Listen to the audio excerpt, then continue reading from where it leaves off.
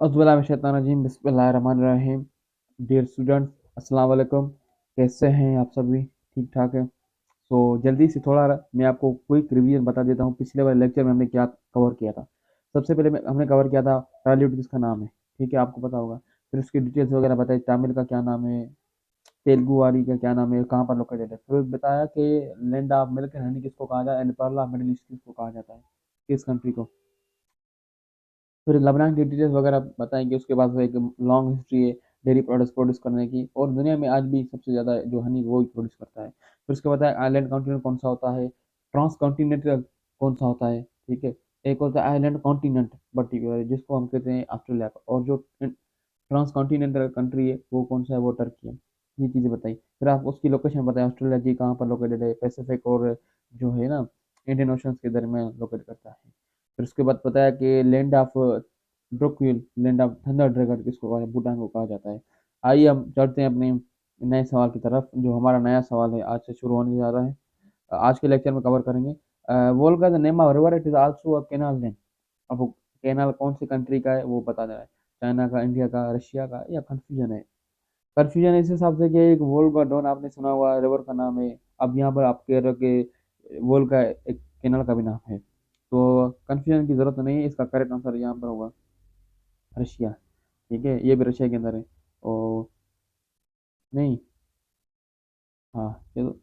ये कह रहा है कि the Volga is the name of longest river in the Europe, ठीक है। क्या है, name of the longest river in the Europe है, which flow through Russia. Correct answer जो मैंने आपको रशिया बताया। वोल्गा डोन क्या है, Volga Don canal is located in the southern south western Russia, ठीक है। Volga Don canal, it begins at the Volga's Sarepta backwater. या ये चीज अगर प्रोनाउंसिएशन थोड़ा गलत हो तो उसको थोड़ा आप हाईलाइट कीजिएगा। South of the Volgograd and ends in the Tsimshian Tsimshian reservoir of the Don at the town of Kalanasdonu. The canal is 101 kilometers or 63 meters long, 63 miles long.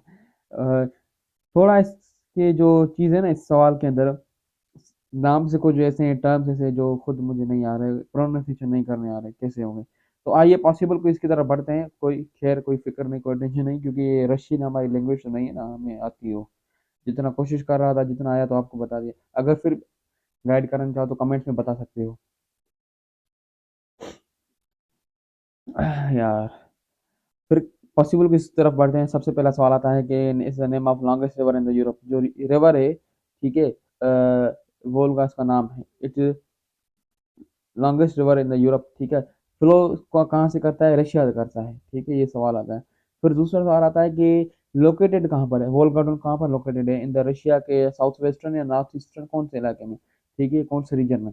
फिर तीसरा सवाल आता है कि it begins eight dash location and ends at the dash location. ये तीन सवाल हो गए। और इसकी जो है लेंथ कितनी है, 101 किलोमीटर। क्विक रिवीजन दे दूँ, क्विक में बता दूँ। सवाल नंबर वन में ये वाला लॉन्गेस्ट रिवर वाला। दूसरा सवाल लोकेशन है, ठीक है। तीसरा सवाल यहाँ से बिगिन होता है, यहाँ पर एंड होता है, तीसरा। चौथा सवाल इसकी लोकेशन है, कितना किलोमीटर तक रेंज करता है, ठीक है। बढ़ते हैं अब अगले सवाल की, और अगला सवाल भी कैनाल के रिलेटेड ही है। Suez canal connects which two seas, कौन से दो समुद्र को कनेक्ट करता है, Mediterranean sea, red sea, yellow sea, red sea, don't know या कंफ्यूज। पता नहीं, खैर है। कंफ्यूज किस चीज़ के लिए हो रहा है, इस हिसाब से कंफ्यूज हो रहा है कि कैना स्विस कैनाल जो है ना वो समुद्र को कैसे कनेक्ट करता है। चलो, उसका फ्लो होता है, इस हिसाब से भी कनेक्ट करते हैं। कहता है कि it connect the Mediterranean Red Sea. इसका करेक्ट आंसर ये वाला होगा, ठीक है। Mediterranean Sea plus Red Sea, ये इसका करेक्ट आंसर है, ठीक है। आइए बढ़ते हैं फर्दर क्विज की तरफ। फर्दर पॉसिबल जो possibilities of other quiz. Suez canal have been massively in improving trade relations for India. ये इसकी थोड़ी हिस्ट्री बता रहा हूँ आपको, ठीक है। इंडिया को ट्रेड में मदद दिया। It was constructed in the 1869, और ये लिंक करता है मेडिटेरियन सी और रेड सी को अपने साथ। It is artificial sea level waterway in the द इजिप्ट, मिस्र के अंदर है। और and it is one of the most important shipping lanes है, जहाँ पर जो है ना दुनिया का ट्रेड ज़्यादा होता है। और इसका परसेंटेज बताया जाता है कि दुनिया का शायद 50% 60% जो वाटर ट्रेड होता है ना, तो स्विस कैनाल के थ्रू होता है।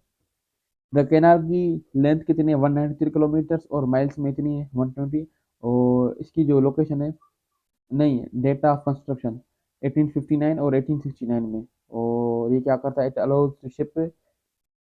Allows ships to travel between the Europe और Asia without having to sail around Africa which saves time and fuel। ठीक है, कहाँ करता है, यूरोप और एशिया के अंदर without selling around the Africa. आइए आइए इस स्लाइड से I guarantee guarantee Suez canal के बारे में सवाल आते हुए हैं, लेकिन इस स्लाइड से भी बहुत सारे सवाल आने वाले हैं। सबसे पहला सवाल, इसकी डेट ऑफ कंस्ट्रक्शन कौन सी है, कौन से सन में बना हुआ था, और ये आर्टिफिशियल है नेचुरल है, तो ये आपको बताओ आर्टिफिशियल है। तीसरा सवाल, कौन से दो सीज को कनेक्ट करता है, Mediterranean Sea plus plus Red Sea. ठीक है, तीसरा, ठीक है। और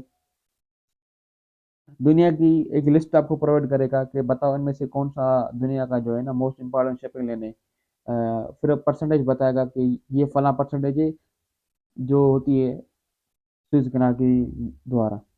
फिर बताएगा आपको इस कैनाल की लिंक, इस कैनाल की जो लेंथ है वो कितना किलोमीटर और माइल्स है, चौथा सवाल। ठीक है।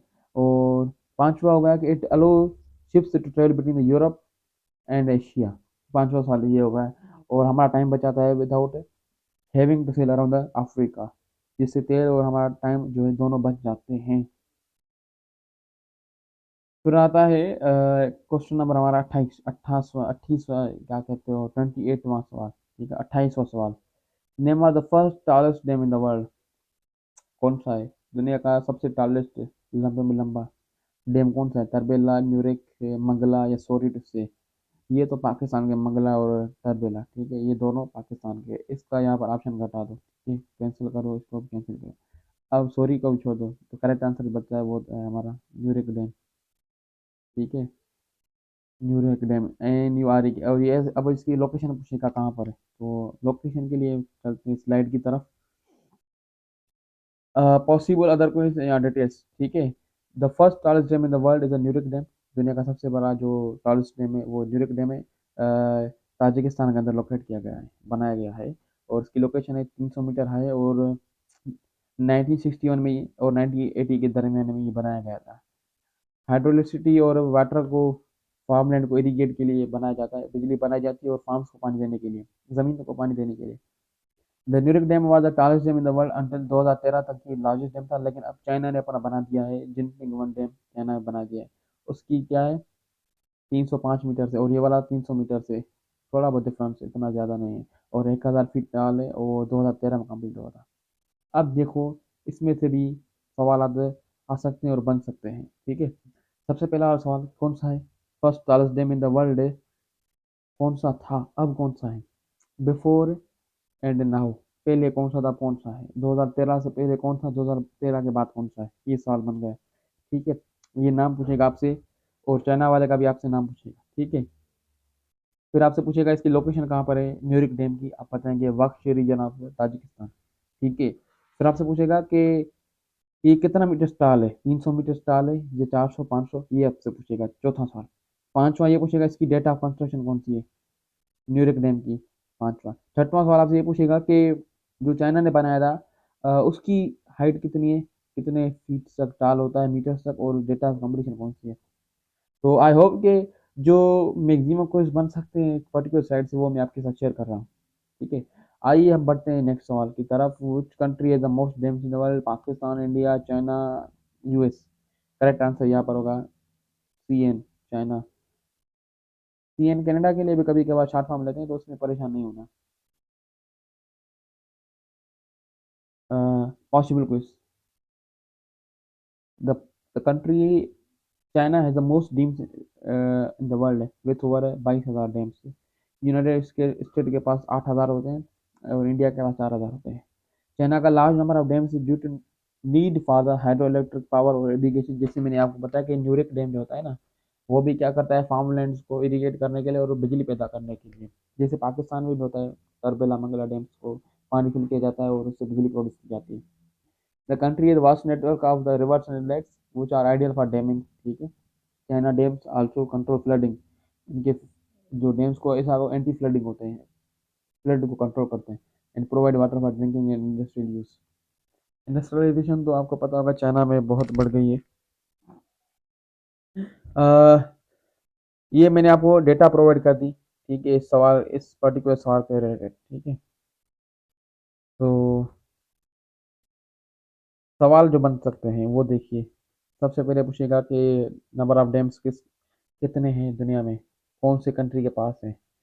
फिर नंबर ऑफ डैम्स पूछेगा चाइना का, यूएस का, इंडिया का, पाकिस्तान का, रशिया का, अफगानिस्तान का। रशिया की खैर नहीं है, ठीक है। यूरोप का पूछेगा, ठीक है। और बहुत सारे कंट्रीज का आपको लिस्ट प्रोवाइड करेगा। फिर आपसे पूछेगा नंबर आप बता दीजिएगा इनमें से कौन सा है।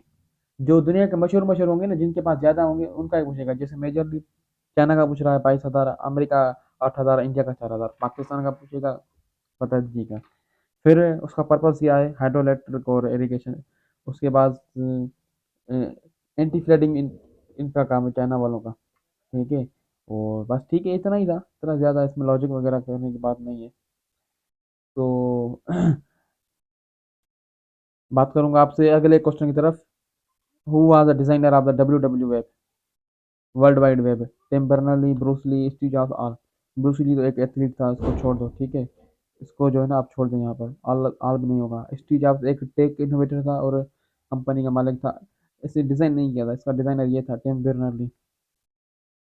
टिम बर्नर्ली, ठीक है। अब मैं इस लेक्चर में थोड़ा जल्दी खत्म करूंगा क्योंकि टाइम हो गया, ओवर हो गया है, ठीक है। टिम बर्नर्ली इसका हो गया। पॉसिबल कुछ देख लें आप। The designer of the world wide web was Tim Berners-Lee, और उसके साथ एक दोस्त भी हुआ करता था। He the British computer scientist, father of internet. Father of computer, Charles Babbage को कहा जाता है, और इसको father of internet. Berners invented the W W web in the 1989 while working in the CERT, European Organization for the Nuclear Research, ठीक है। और he developed first web server, first web browser, document format protocol and hypertext marker. ठीक है, ये सवाल देखिए। इस lecture को थोड़ा मैं जल्दी कंटिन्यू खत्म करना चाहूँगा। 12 मिनट हो गए, 10 मिनट तक लेक्चर होता है हमारा। तो देखिए देखिए, जल्दी देखिए, पॉसिबल कुछ देखें। सबसे पहला, बर्नर्डी कौन से वर्ल्ड वाइड का डिजाइनर था और कंप्यूटर साइंटिस्ट था। टेक इनोवेटर था, कौन सा था, कंप्यूटर साइंटिस्ट था। फादर ऑफ इंटरनेट किसको कहा जाता है, फादर ऑफ कंप्यूटर किसको कहा जाता है, ठीक है। फादर ऑफ सोलर सिस्टम किसको कहा जाता है, ठीक है। बर्नर्डी ने कब इन्वेंट किया था, 1989 में। कहाँ पर काम कर रहा था, सरन में। और जो है ना, दुनिया का पहला वेब सर्वर, वेब ब्राउजर या प्रोटोकॉल फॉर्मेटिंग या एचटीएमएल किसने प्रोड्यूस किया था, उसका ये सब उसका मालिक ये था sir, Tim Berners-Lee. Okay okay, thank you, खुदा हाफिज़। नोट्स बनाते रहिए, ज़्यादा टाइम नहीं लूँगा आपका।